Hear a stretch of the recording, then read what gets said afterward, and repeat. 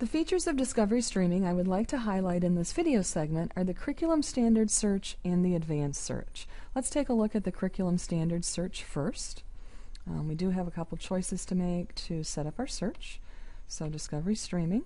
Under Standards Documents, the Common Core State Standards is an option now, as are the previous Michigan Standards documents. I'm going to select the Common Core State Standards.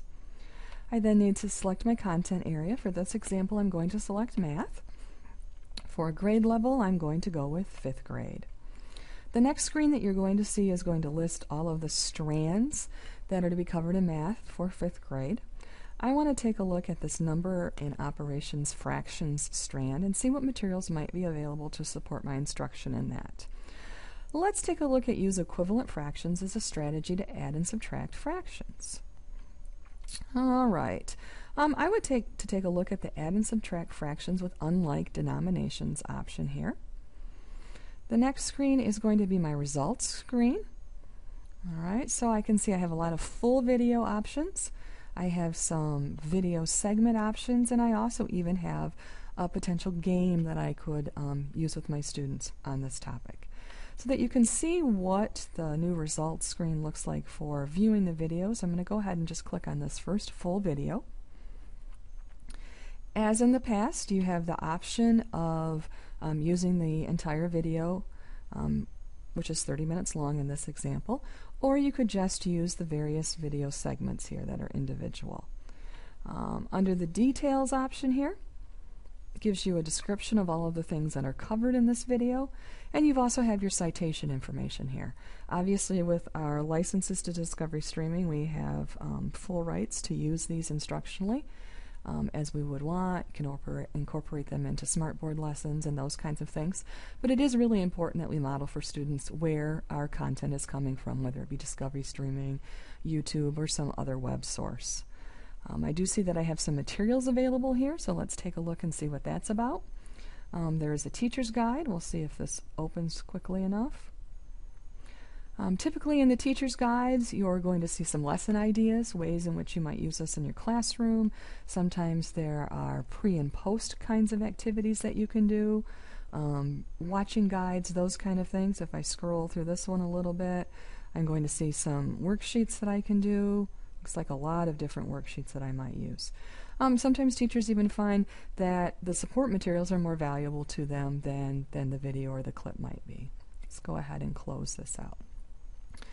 Alright, so that's just a really basic example of how you might use the curriculum standards search in order to find support materials to go along with what you're teaching that particular day, month, those kinds of things. Alright, let's take a look at the advanced search. The advanced search is often overlooked, and it really is the place where you can most clearly see all the additions that Discovery Streaming has been making to their content in the last few years. When Discovery Streaming first started, they were very much about videos and video clips, and now they're about so many things. Clicking on the media type option is the best place to start to get a sense of this. These are all the different types of resources that are now a part of Discovery Streaming. And you can see that, videos are just a little piece of that. We've got activities, we've got clip art, we've even got encyclopedia options, games, handouts, math overviews, quizzes, reading passages, all of these sorts of things that we can now search for. A couple quick things that I would like to show you. Let's say that you're wondering what kind of games there might be available. The easiest way to get a look at this is to just search by choose your media type and click submit. Just get a good overview of what's available. I can see here that there are resources for many different age groups and of many different types. Remember, I'm looking at games, so I see some fraction games, some math activities, I see an alphabetizing game, I see a CPR Jeopardy sort of game. Some of these also notice say teacher contributed. As a Discovery Streamer user, you can create material and upload it to Discovery Streaming for others to use. I happen to know from opening the Jeopardy game, for example, that it's a PowerPoint. You could download it, remove the content that's there, but keep the structure of the Jeopardy game and put in your own content. So again, just a quick look at what kinds of games might be available. Let's look at one more resource type, media type, before we move on from this topic. The media type I'd like to look at this time is the writing prompts. And again, I'm just going to do a search for writing prompts so we can get a quick overview of what's available as this type of resource.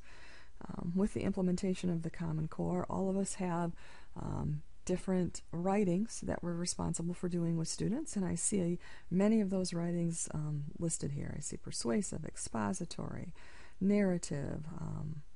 On another screen, there was analysis example. So a lot of different writing prompts.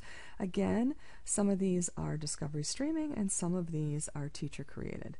With the election coming up next week, so let's see what the persuasive prompt is here. If I take a look, I see that ultimately what the student is being asked to do is to write a persuasive essay convincing your parents why you think they should vote. So persuasive, students are being asked to take a position, and they're going to have their examples to support why they think they should vote. This sort of prompt could be used in an English class.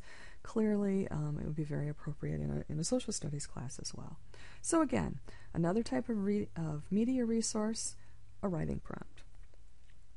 Okay, a couple more things I want to show you in the advanced search before we move on. We've been looking at the different media types, but you also can search by publisher, and that might not be something that you would not naturally think of to do. An elementary example. If you are an elementary teacher, you might want to search Discovery Streaming for all the resources that have been produced by Weston Woods. What you're going to see when this page loads is, that there's 1,093 responses, and you're going to see that that's a lot of children's books. So here's one of my favorites, Where the Wild Things Are. So there is a full video to illustrate the use to go along with the story, The Wild Things. It's in segments. If I click on materials, I can see here that there's a teacher's guide that goes with it.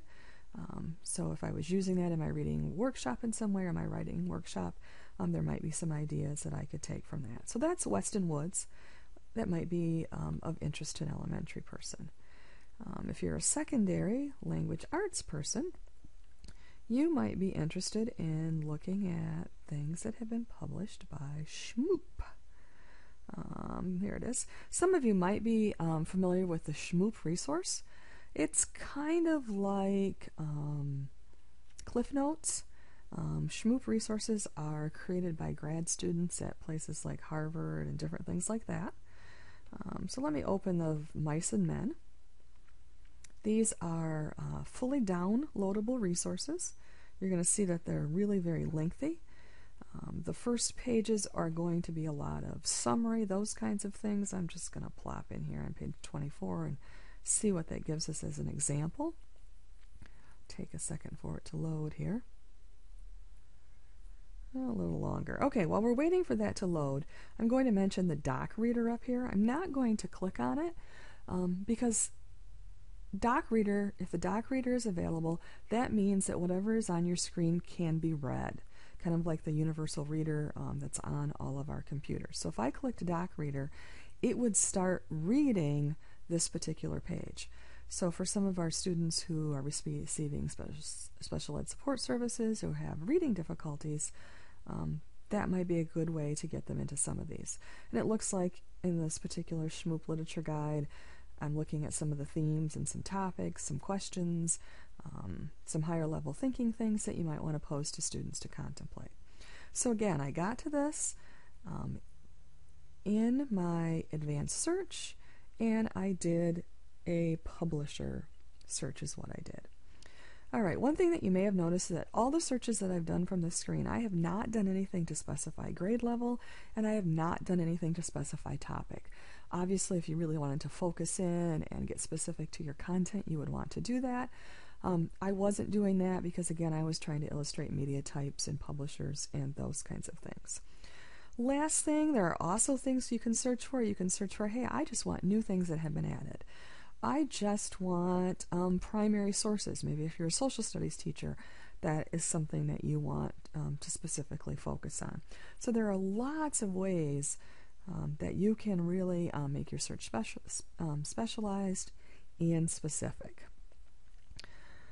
Hopefully in this video I've given you enough of an overview that you'll now be prompted to take a look at the curriculum standards, possibly search using them, or dig into this advanced search and be a little more specific and purposeful in the searches that you are doing. Thanks for your time.